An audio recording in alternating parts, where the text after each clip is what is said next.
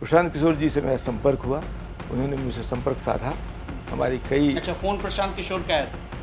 हाँ, प्रशांत किशोर जी से फ़ोन आया था और उन्हें कई अवसर पे कई बैठकें हमारी उनके साथ हुई। प्रशांत किशोर को अब तक राजनीतिक दल से दूरी है। हमारा जो प्रशांत जी का कहना है कि हम एक प्लेटफॉर्म, जन स्वराज का प्लेटफॉर्म दे रहे हैं। लालू प्रसाद के बारे में कहा जाता है उन्होंने पिछड़ों को, दलितों को वो आवाज़ दी, मुख्य धारा में वो शामिल हुए, आज राजनीति के मुख्य रूप से हिस्से में वो हैं।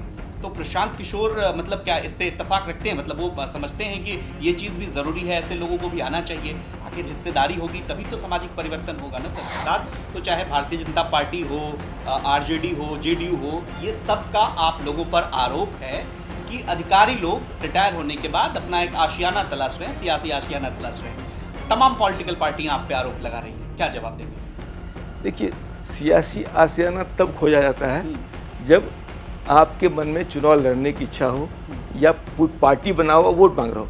यहाँ तो पार्टी ग्रास रूट से शुरू होगी। एज ए एसपी मैं लगभग 7-8 जिले में एसपी रहा और कांग्रेस के शासन में भी रहा, लालू जी के साथ भी रहा, नीतीश जी के शासनकाल में आईजी रहा, तो बाद में भी मैंने भारत सरकार में भी कई पर काम किया। तो मुझे अपने 35 साल के सेवा कार्य में कभी किसी तरह का राजनीतिक दबाव झेलने का मौका नहीं। कोई रीजनल पार्टी बनाने का उद्देश्य नहीं है। ये लंबे संघर्ष कर बिहार के विकास को इतने स्तर तक ले जाना है कि कल को आज बिहार 28 राज्यों के ग्रुप में सबसे नीचे फिसड्डी है। यदि व्यवस्था परिवर्तन का दौर चलेगा तो हम लोगों का ये सपना है, इन सत्ता परिवर्तन के माध्यम से, इस व्यवस्था परिवर्तन के माध्यम से बिहार को 5 अग्नि राज्य की श्रेणी में हम जब स्थापित कर देंगे, अपने जीते जी इसको देखना चाहते हैं। नमस्कार, बिहार तक देख रहे हैं आप और आपके साथ मैं हूं आशीष रंजन। प्रशांत किशोर जनस्वराज यात्रा पर हैं। इस दौरान आईएएस, आईपीएस और तमाम ब्यूरोक्रेट्स उनके साथ जुड़ते जा रहे हैं। फहरिस्त इसकी लंबी होती जा रही है और बिहार में इस बात की चर्चा है कि प्रशांत किशोर कोई नया राजनीतिक विकल्प देंगे। इन सब के बीच हमारे साथ आज एक खास मेहमान हैं जो प्रशांत किशोर की जनस्वराज यात्रा से जुड़े हैं। उनसे तमाम सवाल होंगे, क्या प्रशांत बिहार में नया राजनीतिक विकल्प खड़ा कर पाएंगे? जनस्वराज यात्रा के दौरान आईएएस, आईपीएस की जरूरत प्रशांत की टीम को क्यों पड़ी? क्या बिहार में प्रशांत किशोर को लोग सराखों पर बिठाएंगे? इन तमाम सवालों का जवाब हम जानने की कोशिश करेंगे। स्वागत करते हैं हम सर आपका, बिहार के पूर्व डीजी राकेश कुमार मिश्रा जी हमारे साथ जुड़े हुए हैं। सर बहुत बहुत स्वागत है आपका बिहार तक पर। शुरुआत जनस्वराज यात्रा से ही करते हैं। कहां से आपकी जर्नी शुरू हुई और जनस्वराज यात्रा के दौरान आप प्रशांत किशोर से जुड़े और अब ये फहरिस्त जो है धीरे धीरे लंबी होती जा रही है। कहा तो ये भी जा रहा है कि कई सारे लोग, ब्यूरोक्रेट्स आपके संपर्क में हैं जो आपके जरिए जनस्वराज से जुड़ने वाले हैं। पहले आप अपनी यात्रा के बारे में बताइए। देखिए, जनस्वराज की जब स्थापना की बात हो रही थी मार्च 2022 में, तो उस समय प्रशांत जी के मन में जब मंथन चल रहा था, वो बिहार के तमाम उन ब्यूरोक्रेट्स जो थे, जो बिहार के रहने वाले थे, देश के विभिन्न राज्यों में कार्यरत थे और जिन्होंने अपने सेवा में कुछ अचीव किया था, वो ऐसे व्यक्तियों की तलाश में थे जो वापस बिहार में जाकर बिहार को कुछ देना चाहेंगे। उसी क्रम में प्रशांत किशोर जी से मेरा संपर्क हुआ, उन्होंने मुझसे संपर्क साधा। हमारी कई अच्छा, फोन प्रशांत किशोर का आया था? हाँ, प्रशांत किशोर जी से फ़ोन आया था और उन्होंने कई अवसर पे कई बैठकें हमारी उनके साथ हुई। मैं उनकी पूरे परिकल्पना को, क्या वो चाहते हैं, आखिर जनस्वराज के विषय में बिहार में मोटिव क्या है उनका, क्या मोटिव है, कई राउंड टॉक्स हुए। हमारे मन में बहुत सारे सवाल थे कि राजनीति से अपने को दूर रखना चाहता था। तो अब ये एक राजनीतिक जैसी पार्टी, राजनीतिक जैसा प्रयास हो रहा था, तो जानना जरूरी था कि जो व्यक्ति इतने दलों के साथ काम किया हो, बड़े बड़े लोगों के साथ काम किया हो, कई लोगों को मुख्यमंत्री और प्रधानमंत्री बनाने में उन्होंने अपना कंधा लगाया हो, तो ऐसे व्यक्ति का के मन में क्या है उसको समझना जरूरी था। जब कई बैठकों के बाद फिर मुझे लगा कि ये व्यक्ति एक ईमानदार प्रयास करने चाह रहा है, बिहार के लिए वास्तव में ईमानदार प्रयास है। क्योंकि मुझे लगा कि बिहार को मूल धाराओं, मेन धारा, मुख्य धारा की पार्टियां जो हैं उन्होंने बिहार को डंप कर दिया था। ठीक है, इसी से जुड़ा हुआ एक सवाल है, चूंकि आपने कहा कि राजनीतिक प्रयास के जरिए, मतलब प्रशांत राजनीतिक प्रयास कर रहे थे, इस दौरान आपसे मुलाकात हुई, उन्होंने आपको अप्रोच किया और जनसुराज से आप जुड़े। राजनीतिक प्रयास तो ठीक है, लेकिन राजनीतिक दल से दूरी क्यों है? मतलब कोई लगातार लंबे समय से बहस का विषय है। प्रशांत के बारे में हमेशा कहा जाता है कि आखिर राजनीतिक दल प्रशांत किशोर कब बनाएंगे? चुनाव जीत, एमएलसी का चुनाव होता है, आफाक साहब वहां से जीत करके आते हैं, जश्न मनाया जाता है, लेकिन प्रशांत किशोर को अब तक राजनीतिक दल से दूरी है। देखिए, पहले घोड़ा होगा या पहले गाड़ी होगा, सवाल ये नहीं है कि आज के राजनीतिक परिदृश्य में क्या होता है कि एक व्यक्ति खड़ा होता है, अपनी जाति का समर्थन लेता है, अपने कहता है मैं जाति का नेता बन जाऊं, मैं नेता हूं और मेरे बाद नेता होगा मेरा बेटा, मतलब वंश की परंपरा शुरू हो जाती है। तो ऐसी राजनीतिक पार्टी बनाने मतलब निशाना आप आरजेडी पर साध रहे हैं? नहीं, केवल आरजेडी इसमें नहीं है, हमारे में सभी लोग नंगे हैं। अब नजर दौड़ाइए ना, देश के कोने कोने राज्यों में दौड़ाइए, जो पार्टियां समाजवाद के आधार पर शुरू हुई, जो पार्टियां किसी एक विशेषवाद के आधार पर शुरू हुई, बाद में उनका नेतृत्व पिताजी के बाद पुत्र नहीं, लेकिन ये कहा जाता है अक्सर उन राजनीतिक दल के तरफ से कहा जाता है, और राजनीति शास्त्र की परिभाषा भी ये कहती है कि अगर मान लिया जाए किसी को जनता ने चुना, जैसे एक्स का बेटा अगर वाई चुन करके आता है, जनता ने चुना, तो ये डेमोक्रेसी का हिस्सा है, इसमें क्या दिक्कत है? बिल्कुल सही है, मैं कहाँ कहता हूँ, मैं ये नहीं कह रहा हूँ कि ये गलत है। यदि जनता चुनती है तो आना ही चाहिए, लेकिन सवाल ये नहीं है, सवाल ये है कि ये जो वंशवाद की परंपरा जबरदस्ती थोपी जाती है, भाई उसी पार्टी में बहुत से योग्य उम्मीदवार होंगे जो उसका नेता बन सकते हैं। नहीं तो प्रशांत क्या इस बात की गारंटी देंगे, चूंकि मतलब देखिए आप पूर्व डीजी रह चुके हैं, कई जगहों पे आपने बताया कि बड़े बड़े पद पे आप रहे, जिम्मेदारी आपने संभाली कई जगहों पर, इस बात की गारंटी प्रशांत किशोर की जनस्वराज यात्रा जब उसकी राजनीतिक परिणति होगी तो इसमें वैसे लोग नहीं शामिल होंगे, मतलब कोई परिवार के लोग, एक परिवार से एक सदस्य होगा, ऐसा कोई रोड मैप प्रशांत किशोर ने तैयार किया है? देखिए, मैंने कहा ना, पहले गाड़ी या घोड़ा, पहले हमें योग्य उम्मीदवारों को चयन करना पड़ेगा। योग्य उम्मीदवार को चयन करने के लिए हमको ग्रास रूट डेमोक्रेसी को स्थापित करना पड़ेगा। प्रजातंत्र में जनता मालिक है, लेकिन जनता की बात कौन सुनता है? ऊपर से उम्मीदवार थोपे जाते हैं। पार्टी में आंतरिक प्रजातंत्र नहीं है। आपने देख लीजिए पार्टियों का हाल, चुनाव नहीं होते हैं, नॉमिनेट हो जाते हैं, कोई ऐसी प्रक्रिया नहीं अपनाई जाती है। तो हमारा जो प्रशांत जी का कहना है कि हम एक प्लेटफॉर्म, जन स्वराज का प्लेटफॉर्म दे रहे हैं, ये कोई राजनीतिक पार्टी बनाने का अभियान नहीं है, ये कोई सामाजिक आंदोलन भी नहीं है, ये जनता को जागरूक कर ग्रास रूट डेमोक्रेसी, जमीनी स्तर पे प्रजातांत्रिक मूल्यों को स्थापित करने का प्रयास है। तो ऐसी परिस्थिति में जब जनता मालिक हो जाएगी तो ये चीजें समाप्त हो जाएंगी।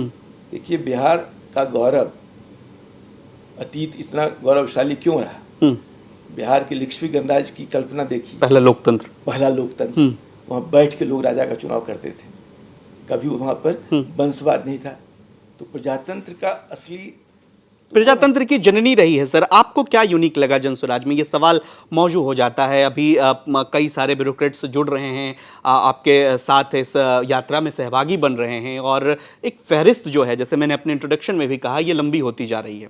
आपको क्या लगा सबसे ज्यादा यूनिक, जो अन्य राजनीतिक दलों में नहीं है फिलहाल अभी बिहार के परिदृश्य में? चूंकि एक परिपाटी है 15 साल, वो 15 साल ये अभी जो चल रहा है, जिसका जिक्र अक्सर प्रशांत अपने बयानों में करते रहते हैं, आपको क्या यूनिक लगा?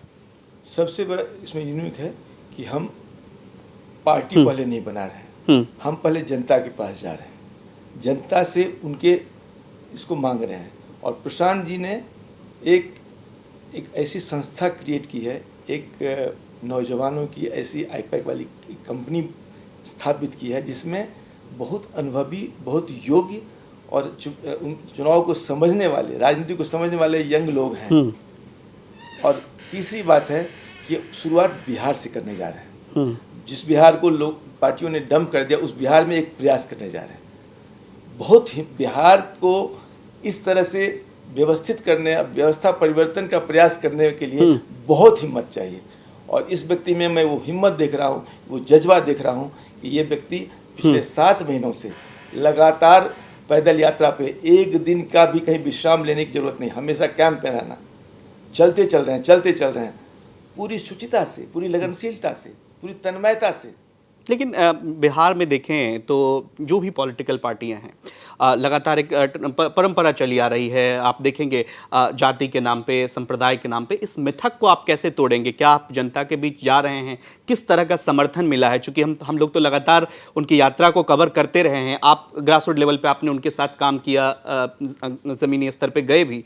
जनता की तरफ से किस तरह का समर्थन मिल रहा है? क्या आपको लगता है कि बदलाव के मूड में है बिहार? मैंने जन स्वराज की इस यात्रा के दौरान कई जगहों पे लगातार कैंप किया, गांव में जाके, गलियों में जाके, स्ट्रीट कॉर्नर्स पे जाके लोगों से मुलाकात किया, उनसे वार्ता की। सभी लोगों का ये मानना है, बिहार के उन तमाम लोगों का मानना है कि हमारे पास विकल्प नहीं है।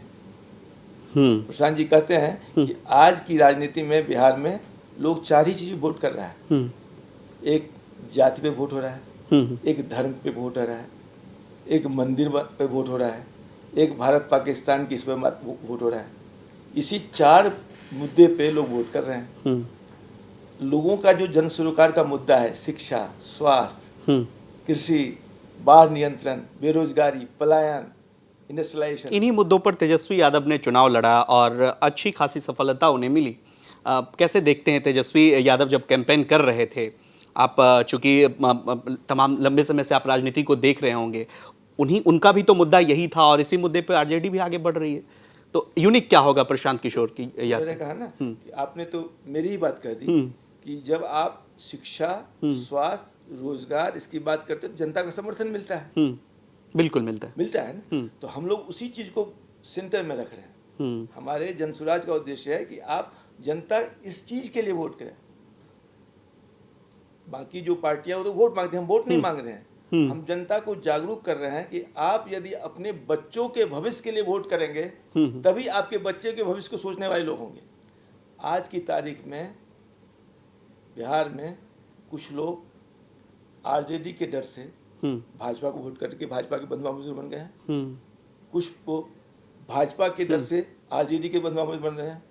दोनों ही ग्रुप, जो भाजपा का बंधुआ मजदूर बना हुआ है, बंधुआ वोटर बना हुआ है, वह खुश नहीं है, लेकिन उसकी मजबूरी है कि यदि वहां वोट नहीं करेगा तो आरजेडी आ जाएगा। उसी तरह कुछ लोग हैं, एक तबका जो भाजपा आ जाएगा भूत के कारण, वो आरजेडी को वोट कर रहा है। तो ये दोनों बंधुआ मजदूर है। लेकिन एक सवाल सर यहाँ पे पनपता है, चूंकि लगातार बिहार में इस बात की चर्चा रही है, जो भी पॉलिटिकल पार्टी हमेशा ये कहती है जिसकी जितनी हिस्सेदारी उसकी उतनी भागीदारी। प्रशांत किशोर जब इस यात्रा में हैं तो उनके साथ ब्यूरोक्रेट जुड़ रहे हैं, आप जैसे लोग जुड़ रहे हैं जो एक बड़े पद पे रहे हैं। क्या आपको लगता है कि प्रशांत को उन लोगों को भी जोड़ना चाहिए जो निचले तबके से आते हैं, उनको भी अपनी इस यात्रा में शामिल करना चाहिए? ये मतलब किस तरह का कॉन्सेप्ट है कि बड़े बड़े लोगों को यहाँ पे, मतलब एक बौद्धिक टैंक वो तैयार कर रहे हैं? क्या इसके पीछे का मकसद क्या है? ये आपसे समझना चाहेंगे क्योंकि आप भी उसका हिस्सा है। देखिए, बौद्धिक जो लोग पदाधिकारी ने व्यवस्था को देखा है, व्यवस्था को अनुभव किया है, अपने सेवा के दौरान उनमें उतनी आग आज ही बच गई कि वो हमसे जुड़ रहे हैं। अधिकांश ब्यूरोक्रेट नौकरी करते करते थक जाते हैं, बाद में आराम करना चाहते हैं, लेकिन जिसमें व्यवस्था से लड़ने की आग बची रहती है वही फिर से किसी सामाजिक सरोकार के अभियान से जुड़ते हैं। तो जो पदाधिकारी भी हमारे अभियान से जुड़ रहे हैं उनमें कहीं ना कहीं व्यवस्था परिवर्तन के प्रति एक आकर्षण है, उसके प्रति उनके दिल में आग है, उनके पास अनुभव है। तो हमें लगता है कि इस अनुभव की बात करेंगे। और ब्यूरोक्रेट या प्रशासनिक पदाधिकारी जब काम करता है अपने सेवा के दौरान, तो उसकी कोई जाति नहीं बच जाती है, वो समाज का हिस्सा हो जाता है। उस व्यवस्था परिवर्तन, व्यवस्था के को संयमित करने के लिए हर को साथ लेता है। मैं एसपी था तो मैं किसी एक जाति, एक संवर्ग की बात नहीं करता था।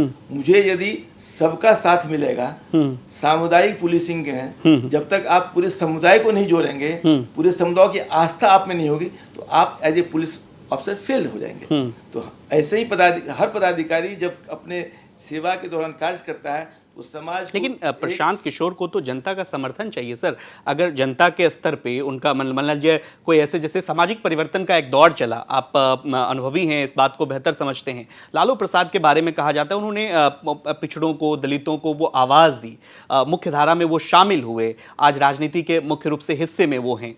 तो प्रशांत किशोर मतलब क्या इससे इत्तेफाक रखते हैं? मतलब वो समझते हैं कि ये चीज़ भी ज़रूरी है, ऐसे लोगों को भी आना चाहिए, आखिर हिस्सेदारी होगी तभी तो सामाजिक परिवर्तन होगा ना सर, जिसका जिक्र लगातार प्रशांत भी कर रहे हैं, आप भी कर रहे हैं। देखिए, मैं बार बार कहता हूँ कि इस देश में आज सबको साथ लेके चलने वाली कोई पार्टियां रह नहीं गई, सारी पार्टियां हाशिए पे चली गई। दो ही विचारधारा बच गया है। एक विचारधारा जाति की बात करता है, उनका कहना है कि इस देश में जो 20% सवर्ण और अग्रय हैं उनको हटाओ, 80% बाकी लोग संगठित हो और सत्ता चलाओ। दूसरी विचारधारा कहती है कि 20% मुसलमान को अलग करो, उनको छोड़ दो, 80% हिंदू सम्मिलित हो जाओ, संगठित हो जाओ और हमको वोट करो, हम चलाते हैं। ये दो विचारधारा जो गांधी जी की जो सबको लेके चलने वाली विचारधारा थी, उसके इतर काम कर रही है। और इसी दो विचारधाराओं ने पिछले कई वर्षों से देश और राज्य की राजनीति को में अपनी जड़ जमा ली है। और इनका ये नशा आम जनता को सुंघा दिया है, पिला दिया है। और आम जनता सोई हुई है और अपने को नियति पे छोड़ दिया है। उनके लिए क्या बच गया है कि चुनाव के दौरान वोट के लिए जो 1000-2000 दे रहा है, हम उधर ही वोट कर देते हैं, बाकी 5 साल तक उनको गाली देते हैं, लेकिन अंत में हम उसी पर आ जाते हैं। आगे का प्लान, इस पे बात कर लेते हैं सर। आगे के प्लान के बारे में कहा जा रहा था, आपका ही बयान था कि कई और सारे लोग आपसे जुड़ने वाले हैं, इस यात्रा से जुड़ने वाले हैं, प्रशांत किशोर से जुड़ने वाले हैं। 2024 की क्या रणनीति होगी आपकी? चुनाव सामने है और चूंकि सिस्टम का हिस्सा है चुनाव, तो उससे भी ऐतराज नहीं है। क्या विकल्प देने जा रहे हैं, क्या करने जा रहे हैं इस चुनाव में? हम लोग का बहुत स्पष्ट मंतव्य है। हम जनता के बीच जा रहे हैं, जनता को जागरूक कर रहे हैं, जनता में संगठन, जनता का संगठन बन रहा है। जनता जनसुराज अभियान का संगठन जिले जिले में बना रही है, जो हमारे संस्थापक सदस्य के रूप में कार्य करेंगे। जब एक समय हमारा एक चरण पूरा होता है पदयात्रा का, उस पदयात्रा के चरण के बाद इन सारे संगठन के जो लोग हैं, जो हर जिले में हमारे साथ जुड़े हुए हैं, कि में 40,000 किसी 50,000, इनमें से चुने हुए चुनिंद लोग होंगे जो ग्रास रूट डेमोक्रेसी चुन के ब्लॉक में आएंगे, जिला में आएंगे, उनके साथ बैठक की जाएगी, उनसे वार्ता की जाएगी। यदि वो कहते हैं कि हमें लोकसभा चुनाव लड़ना है तो लड़ा जाएगा, यदि कहते हैं पार्टी बनाना है तो बनाया जाएगा। मतलब पार्टी, अगर वहां से ग्रासरूट लेवल पर से ये रिपोर्ट आती है कि प्रशांत किशोर की यात्रा के बाद एक नया पार्टी बिहार में बनना चाहिए, तो उस पर प्रशांत किशोर को या आपकी टीम को कोई ऐतराज नहीं?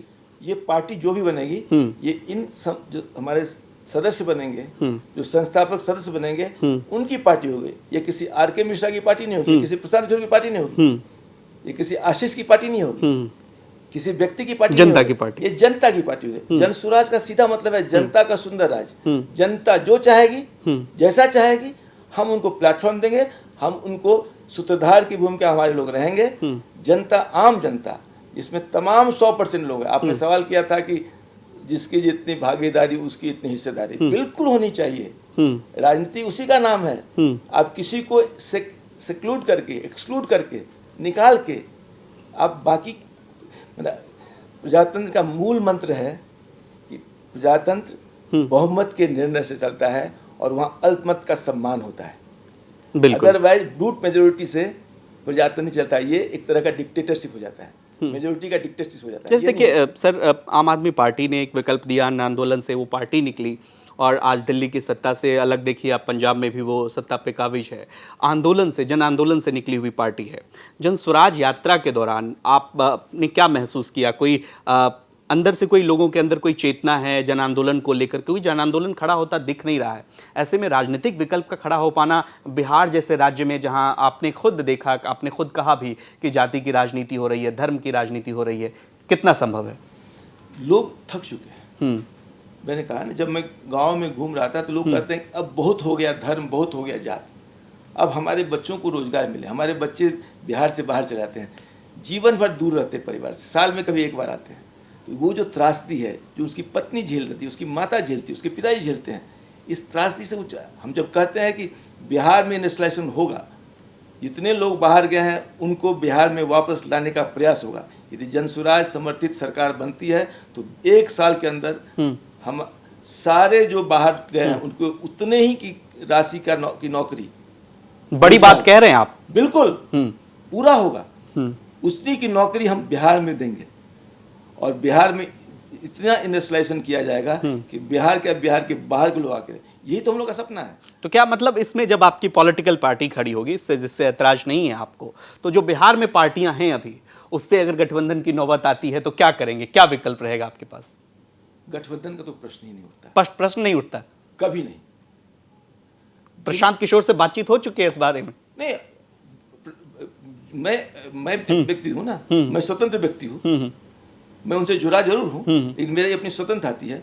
यदि गठबंधन होगा तो फिर तो वही बात होगी, क्योंकि अक्सर होता है ना 22 पसेरी, बिल्कुल उसमें जाना नहीं है। भाई जब सब लोगों को रिजेक्ट कर दिया, उनके साथ हम जाएंगे तो हम भी तो वही हो जाएंगे। हमें सत्ता में आने की हड़बड़ी नहीं है। मतलब पूर्व डीजी राकेश कुमार मिश्रा जो प्रशांत किशोर के साथ जुड़े हैं, उनका यह साफ तौर पर कहना है कि अगर वो पॉलिटिकल पार्टी बनाते हैं और इस स्थिति में होते हैं कि उनके समर्थन से कोई सरकार चलती है, तो बिहार में जो पॉलिटिकल पार्टियां हैं उससे गठबंधन नहीं होगा। हमारी जो ग्रास रूट की जनता है, उस जिस विचारधारा को आलिंगन कर रही है, वो भी नहीं चाहेंगे और मैं भी नहीं चाहूंगा, क्योंकि जब आप गठबंधन करेंगे तो गठबंधन का क्या भविष्य होता है हम लोगों ने देखा है। और बिहार की आज की दुर्गति वही गठबंधन के कारण हो रही है। 43 एमएलए वाली पार्टी का मुख्यमंत्री बेचारा बेबस है, बिल्कुल बेबस है। उसकी व्यवस्था देख के दया आती है, कभी कभी सही में सहानुभूति होती है, इतना खींचतान चल रहा है। लेकिन उसी 43 वाली पार्टी के प्रशांत किशोर कभी राष्ट्रीय उपाध्यक्ष रहे, नंबर 2 की हैसियत पे प्रशांत किशोर जेडीयू में रहे। क्या हुआ कि इतने कम दिनों में, इतने क्षणिक समय में प्रशांत किशोर का मोह भंग हो गया? कभी इस पर बात हुई आपसे उनकी? ये तो प्रशांत किशोर जी बता सकते हैं। आप नहीं, मतलब मैं इसीलिए पूछ रहा हूं, आपकी बातचीत कभी हुई इस मसले पे कि क्या हुआ? क्योंकि लोगों ने कहा कि प्रशांत किशोर जो करना चाह रहे थे या जो हासिल करना चाह रहे थे वो नहीं हो सका, या फिर नीतीश कुमार ने उनको हाशिए पे धकेल दिया। अब प्रशांत चूंकि लंबा समय हो भी गया, इसलिए नए राजनीतिक विकल्प की तलाश में। ये तो पब्लिक डोमेन में है कि प्रशांत किशोर जी को पार्टी ने निकाल दिया। क्यों निकाल दिया? क्योंकि उन्होंने देखा कि पार्टी सीए एनआरसी पे दोहरा मापदंड अपना रही है। जो पार्टी पार्लियामेंट में सीएनआरसी पे वोट कर रही है, वही पार्टी विधानसभा में पारित करती है कि हम सीएनआरसी को बिहार में लागू नहीं होने देंगे। ऐसी तरह की दो रंगी बातें करना, और आप भी तो पढ़े लिखे हैं, समझ सकते हैं कि सिटीजनशिप एक्ट को कोई राज्य कैसे मना कर सकता है। तो प्रशांत किशोर जी का यही सवाल था जो कि पब्लिक डोमेन में है। उस स्टैंड पे वो कायम रहे। हाँ, उन्होंने कहा कि भाई आप इस तरह का दोहरी स्टैंड क्यों ले रहे हैं?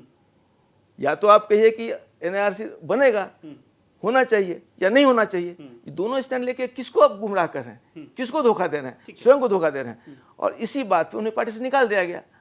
तो ये तो पब्लिक डोमेन में है। ठीक है, एक राजनीतिक सवाल पे आते हैं। चूंकि अभी लगातार ब्यूरोक्रेट्स जब जुड़ रहे हैं प्रशांत किशोर के साथ, तो चाहे भारतीय जनता पार्टी हो, आरजेडी हो, जेडीयू हो, ये सब का आप लोगों पर आरोप है कि अधिकारी लोग रिटायर होने के बाद अपना एक आशियाना तलाश रहे हैं, सियासी आशियाना तलाश रहे हैं। तमाम पॉलिटिकल पार्टियां आप पे आरोप लगा रही हैं, क्या जवाब देंगे? देखिए, सियासी आशियाना तब खोजा जाता है जब आपके मन में चुनाव लड़ने की इच्छा हो या पार्टी बना हो, वोट मांग रहा हो। यहाँ तो पार्टी ग्रास रूट से शुरू होगी। यदि ग्रास रूट के हमारे संगठन के लोग किसी व्यक्ति को उम्मीदवार बनाएंगे, वही उम्मीदवार होगा। तो आशियाना तो उसे मिलना नहीं है किसी को। हाँ, लेकिन हम ये भी नहीं कह सकते हैं कि जो व्यक्ति अपने दिल में व्यवस्था पर आग जला के आज भी रख रहा है, जो किसी स्थापित पार्टी में नहीं जाना चाहता है, कि उस राजनीति से उन्हें नफरत है या उस राजनीति से उन्हें परहेज है, वैसा व्यक्ति यदि एक नए विकल्प, नए फ्रेश विकल्प के साथ आना चाहता है, तो इससे किसी को एतराज भी नहीं होना चाहिए।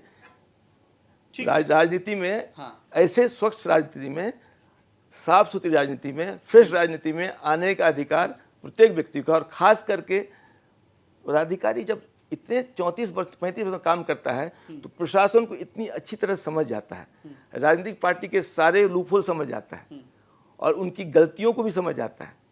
जब सरकार में है तो मैं बार बार कहता हूं कि एज ए अधिकारी हम जब सरकार में काम करते हैं तो सरकार में जो चुना हुआ प्रतिनिधि है उनकी बात माननी हमारी बाध्यता है, क्योंकि उनको आप मैंडेट सिस्टम का है, हिस्सा वो हो सिस्टम के हिस्सा हैं।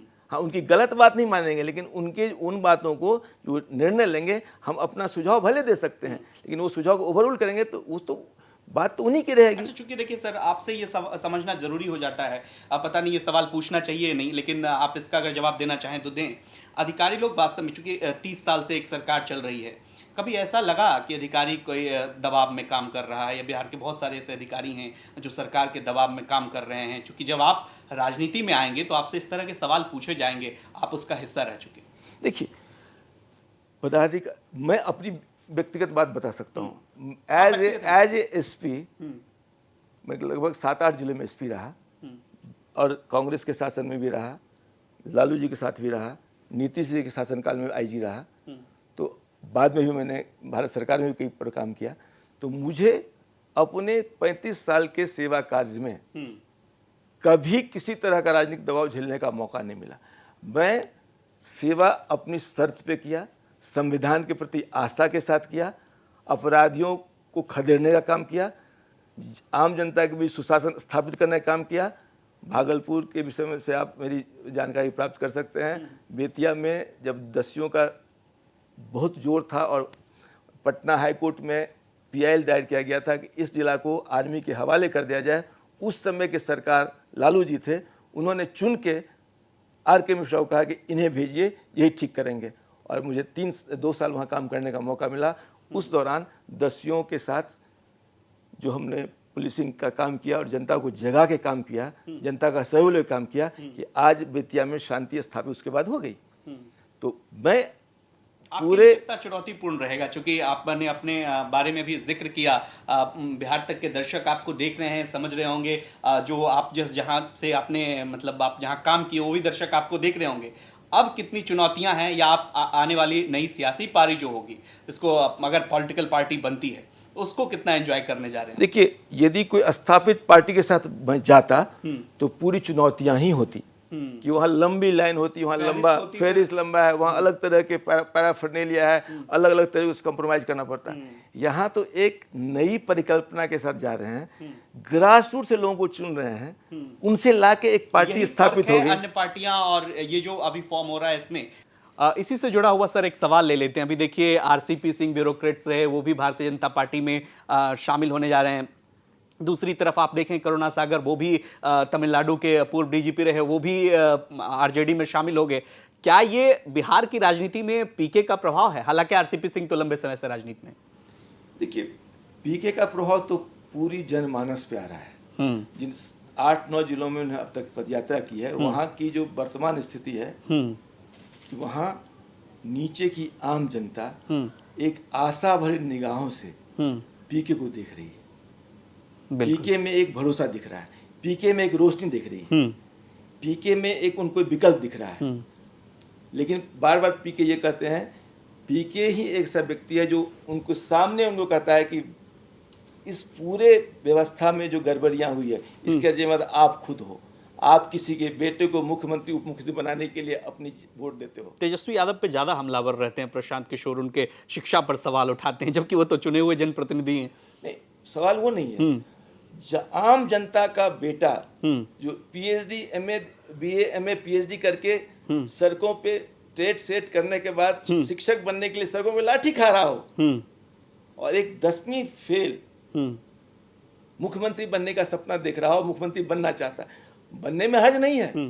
लेकिन आरजेडी की तरफ से ये कहा जाता है, आरजेडी की तरफ से ये कहा जाता है, अभी एमएलसी चुनाव में देखिए, उन्होंने एक ऐसी महिला को भेजा सदन में जो कभी कपड़े धोने का काम करती थी। कई ऐसे चेहरे हैं जिनको लालू प्रसाद यादव ने उस मुकाम पे पहुंचाया, इसलिए उनकी तारीफ भी होती है। इस पर क्या कहेंगे सर? बिल्कुल सही है। यदि आप सोच चलाना चाहते हैं, आप एक शोपीस बनाना चाहते हैं, शोपीस बनाना आसान है। यदि अच्छा, मतलब वो शोपीस आप कह रहे हैं? उस महिला को मुख्यमंत्री की कुर्सी दे दें, मुख्यमंत्री तो कौन बनेगा? परिवार का व्यक्ति बनेगा। मुख्यमंत्री का सारा दारोमदार आपके पास, मंत्री आपका बेटा ही बनेगा। भाई दो उप मुख्यमंत्री बनने की बात थी। भाजपा की सरकार, भाजपा गठबंधन था तो भाजपा के दो उप मुख्यमंत्री थे, आज सिर्फ एक उप मुख्यमंत्री है। भाई MY क्वेश्चन की बात करते हैं, दो करेंगे तो एक मुसलमान को देना पड़ता, वो नहीं देंगे, इसलिए एक ही उप मुख्यमंत्री बनाया गया। तो आप मुसलमानों का वोट चाहेंगे, आप उनको 100 पीस बना के उनको रख के उनका वोट लेना चाहेंगे, लेकिन कुर्सी जब देने की बात होगी तो आपके परिवार के लोग ही दिखेंगे। आप जाति की बात करें, लेकिन जाति में कोई भी नहीं। लंबे समय से बिहार की राजनीति जो है जाति में उलझी है, और वहाँ पर देखिए पलायन की बात आपने की, एक बड़ी समस्या है। मतलब आप देख रहे हैं बड़े से बड़े लोग पलायन कर जाते हैं संभावनाओं की तलाश में। प्रशांत जब नया राजनीतिक विकल्प लेकर के आ रहे हैं, आप क्या सोचते हैं कि कोई देर तो नहीं कर दिया प्रशांत किशोर ने? ये काम उनको 5 साल पहले 10 साल पहले शुरू करना चाहिए था, जो अब वो शुरू कर रहे हैं जेडीयू से अलग होने के बाद। ये सवाल इसलिए कि जेडीयू से अलग होने के बाद देखिए, उन्होंने देश की तमाम पार्टियों के साथ काम किया और तमाम पार्टियों के अच्छाई को भी उन्हें देखा और एक आम जो कमियां थी उसको देखा। जब ठीक है उसकी सर, आम कमी क्या थी कि बेसिकली होता यह है कि जब लोग चुन के आ जाते हैं तो जब मंत्री बनाने की बारी होती है तो कोई भी उसमें ऐसा योग्य व्यक्ति मिलता नहीं जिसको शिक्षा मंत्री बनाया जा सके। तो हमारे सारी पार्टियों को विनेबिलिटी चाहिए, विनेबिलिटी इंपॉर्टेंट है। जो चुन के लोग आते हैं, क्योंकि बिहार के केस में 1200 ही परिवार है जो पिछले 70-75 सालों से शासन के हर हिस्से में है। कभी वो कांग्रेस में है, कभी बीजेपी में है, कभी आरजेडी में है, कभी जेडीयू में है, कभी वो किसी और पार्टी में है। सारी पार्टियों के का डाटा देख लेंगे, सिर्फ 1200 1250 परिवार हैं जिनके लोग सत्ता में रहे। 13 करोड़ की आबादी में 1250 परिवार ही सत्ता का सारा सुख भोग रहा है। ऐसी परिस्थिति में यदि आप इसको इस तरह समझेंगे कि कोशिश ये होनी होगी कि आम जनता जो जिसमें राजनीति करने, ईमानदारी से राजनीति करने इच्छा शक्ति है, वो आज के वो बनाए हुए ताना बाना में जहाँ पर पैसे की बात हो, धन बल, जाति बल, बाहुबल, उसकी जरूरत पड़ता हो, ऐसे की स्थिति में जब जिसके पास धन नहीं है, जाति नहीं है और बाहुबल नहीं है, वो अपने को साइडलाइन पा जाता है। प्रशांत किशोर एक प्लेटफॉर्म दे रहे हैं कि ऐसे लोग जो ईमानदारी की राजनीति करते हैं, जो गरीब हैं, जो ऐसे तबके से आते हैं, जिनको आज तक की राजनीति ने छोड़ रखा है, जो गांधी जी कहते हैं कि best politics is right action. और राइट एक्शन क्या है कि विकास की पायदान पर अंतिम कड़ी पे खड़ा व्यक्ति जो विकास की बाट जो रहा हो, उसे हम विकास की रोशनी पहुंचाए। और 75 वर्षों में मुझे तकलीफ है कहते हुए कि जितनी सारी पार्टियां, चाहे जातिवादी पार्टियां हो, सांप्रदायिक पार्टियां हो या कोई भी ऐसी पार्टियां हो, उन्होंने गांधी जी को भुला दिया। गांधी जी को आज गाली दी जा रही है। सबसे बड़ी चीज जो प्रशांत जी की है कि उन्होंने गांधी के विचारधारा को गांधी की धरती से शुरू किया है। और उस मैं जानता हूं, मैं ये बता सकता हूं कि गांधी की विचारधारा के बीच देश और बिहार के हर गांव में पड़ा हुआ है। उसमें पानी डालने की आवश्यकता, उसको तो नाम का जो कॉन्सेप्ट था ये भी गांधी से जुड़ा हुआ ही लग रहा है, समानार्थी लग रहा है। जन स्वराज और जन स्वराज, जन स्वराज, जनता का सुंदर राज, ग्राम स्वराज से जन स्वराज। गांधी जी ने ग्राम स्वराज का नारा दिया था, हम जन स्वराज की बात करते हैं। बात एक ही है, हमें गांव को मजबूत करना होगा, गांव की न्यायिक व्यवस्था को मजबूत करना होगा। आज की न्यायिक व्यवस्था बहुत खर्चीली हो गई है। और मैं बता देता हूं, यदि आप और हमको कोई केस हो जाए किसी तरह का, तो आपको उसको तय करते करते इतना समय हो जाएगा, न्याय नहीं मिलेगा, आप निर्दोष हो गए, जेल में सड़ जाएंगे। तो ये खर्चीली न्याय व्यवस्था को तभी हम तय कर सकते हैं यदि हम गांव की न्यायिक प्रणाली को। ठीक है, एक आखिरी सवाल चूंकि भविष्य के गर्भ में है, चुनावी रणनीतिकार प्रशांत किशोर, आपने कहा कि कई पॉलिटिकल पार्टियों के साथ उन्होंने काम किया। जब पार्टी आपकी बन जाएगी, मुख्य धारा की राजनीति में आ जाएंगे, प्रशांत किशोर को ये छोड़ना पड़ जाएगा? ये छोड़ेंगे ये सारी चीजें? अब तो दूसरे पॉलिटिकल पार्टी के लिए कैंपेन तो नहीं करेंगे, काम तो नहीं करेंगे?